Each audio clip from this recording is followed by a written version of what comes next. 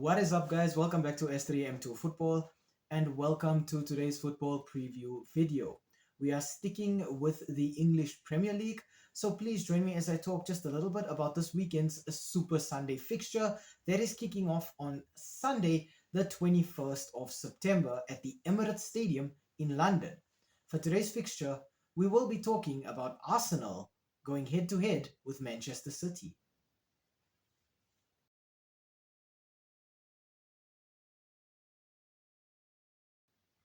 We start off today's video here with the home side being Arsenal. Now, the last 5 fixtures for the Gunners have been quite successful. It's been 4 wins and 1 loss for Mikel Arteta's team, and thankfully their last match was a 2-0 win away at Athletic Bilbao earlier this week in the UEFA Champions League. So far, the only blemish on Arsenal's record was that 1-0 loss against Liverpool, but they've put that to bed very, very quickly. The first player that I have to talk about for Arsenal has got to be Swedish centre-forward Viktor Gyökeres. In 5 appearances, he has 3 goals, and when I look at Gyökeres, I see the perfect target man in this Arsenal setup. He is strong, he is lethal, and he's got a phenomenal work rate. He's constantly looking to win the ball back in those attacking areas. In the heart of midfield for Arsenal, I want to talk about English central midfielder Declan Rice.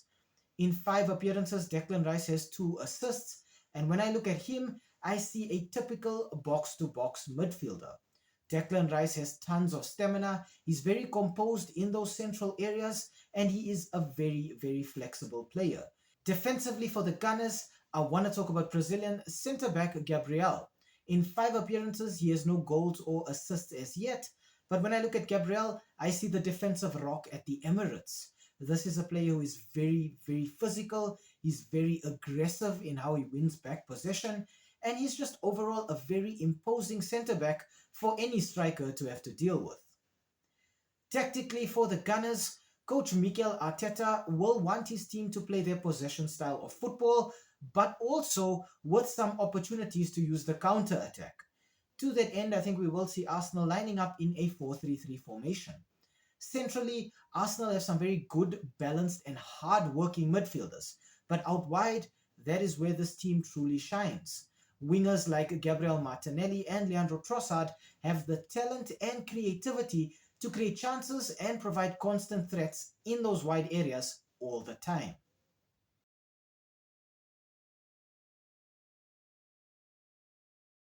Okay, on to the away team. Now for Manchester City, the last 5 games for the Citizens have ended in 3 wins and 2 losses. City's last game was a 2-0 win at home against defending Serie A champions Napoli earlier this week in the UEFA Champions League. This did see an end to a very bad run of form for Manchester City, and they'll be hoping that those days are long past behind them. The first player that I have to talk about for Manchester City has got to be Norwegian centre-forward Erling Haaland. In 5 appearances, Haaland has 6 goals, and when I look at him, I see the perfect target man in world football right now. Erling Haaland is quick, he is strong and physical, and he's a phenomenal finisher. If you give Haaland the space, he will find the back of the net. Out wide for the Citizens, I want to talk about Belgian left winger Jeremy Doku. In 5 appearances, Doku has 1 goal and 2 assists, and when I look at Jeremy Doku, I see an inverted winger on that left wing for Manchester City. He is a player who has phenomenal pace, he's very, very good with his dribbling, and he is very creative in those wide areas. Jeremy Doku has a wide array of skills, and he knows exactly how to use them to hurt the opposition. And finally, in the heart of midfield for Manchester City, I want to talk about Spanish defensive midfielder Rodri. In 4 appearances, Rodri has no goals or assists as yet, but in Rodri, I think Manchester City have the perfect midfield anchor. This is a player who is patient and composed. He knows exactly what is necessary and what is expected from him in order to be able to be that player on which Manchester City build up their attacks. Tactically for Manchester City, coach Pep Guardiola also wants his team to play with their possession style of football, but recently, Manchester City have proven to be very, very efficient at playing on the counter-attack as well. To that end, I think we will see City lining up in their 4-1-4-1 formation. This was the formation they used most of the time when Rodri was available, and it did leave Guardiola with a lot of issues last season when Rodri was out with a long-term injury. City do like to control the game and let their midfielders create chances with their great passing ability, but these days we have seen them just allow their wingers to tear defenses apart with their attacking runs as well. As long as City have the ball, they will look to keep it and they will look to starve the opposition of possession at every given opportunity.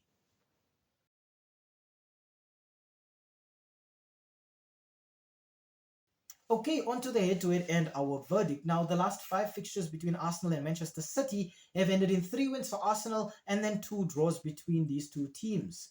No wins for City, and I think that is a very alarming statistic. Perhaps that is simply due to the fact that Rodri was unavailable for the citizens last season. In these last five fixtures, Arsenal have scored 9 goals, while Manchester City have only managed 4 goals. So I think it doesn't look good for City in terms of getting goals. But when we look at that last fixture between these two teams, it was a 5-1 demolition by Arsenal at the Emirates.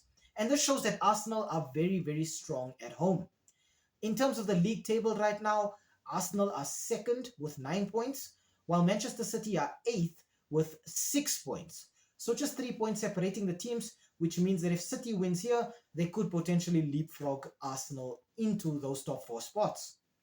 In terms of injuries here, Arsenal are without the likes of Odegaard, Saka, Havertz, and Gabriel Jesus. But this team still looks very, very good going forward. And I think that's due to the efforts of Mikel Arteta and the backroom staff during the off-season in terms of getting new players in and ensuring that current players are very, very fit going into the new season. For Manchester City, the citizens will be without Cherki, Mamush, and Kovacic. And I think these absences are really, really affecting this team. Manchester City are really struggling in the creative departments at times, and they're really struggling to control the game as well. This, I think, is going to be a really, really good game of football. It's a good mix of possession style football and counter attacking from both teams. If either team thinks they are safe by having the ball, they're in for a surprise, because if the opposition are able to snatch that ball away from them, they can switch to playing counter attack and then hurt you on the break instead. City are looking to rediscover their dominance in this fixture. Over the last 2 years, it's not been a pleasant one for Pep Guardiola. And Arsenal, in their own right, are still chasing Liverpool. That is a trend that has continued since last season. And I think Arsenal are really, really hurt by the fact that they did actually lose to Liverpool. And had they won that match, they probably would be sitting at the top of the Premier League table right now.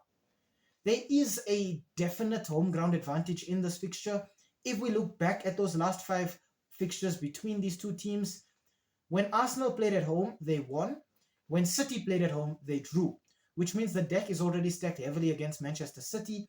And when we consider that they just scraped through midweek against a 10-man Napoli team in the Champions League, it tells us that City are still not at their best. For Arsenal, they're playing fluid football. It looks good. It looks creative. They're managing without some very, very big names. And I think that's really, really important, because there was a lot of talk last season about Arsenal being a little bit too dependent on Bukayo Saka. But they've proven this season that with the likes of new players, they can cope. And I think that's exactly what Arsenal will do in this match. They'll be exactly the same team that we've seen week in and week out, looking to attack, looking to be on the front foot all the time, looking to hurt Manchester City at every given opportunity. And I think they've got the potential and the ability to do that. I think for City, yes, it looks like after beating United, they're back to their normal best. But I think City are still looking very disjointed in those attacking areas. They still seem to lack a bit of control. They seem to lack that killer pass. Obviously, with Kevin De Bruyne having left and joined Napoli, City never really replaced him, and it shows. I think Arsenal do look stronger on paper here, surprisingly. They look better in terms of squad depth. And I think in terms of form as well going into this match, the Gunners do look a lot better. My score prediction for this one is going to be Arsenal 2, Manchester City 1.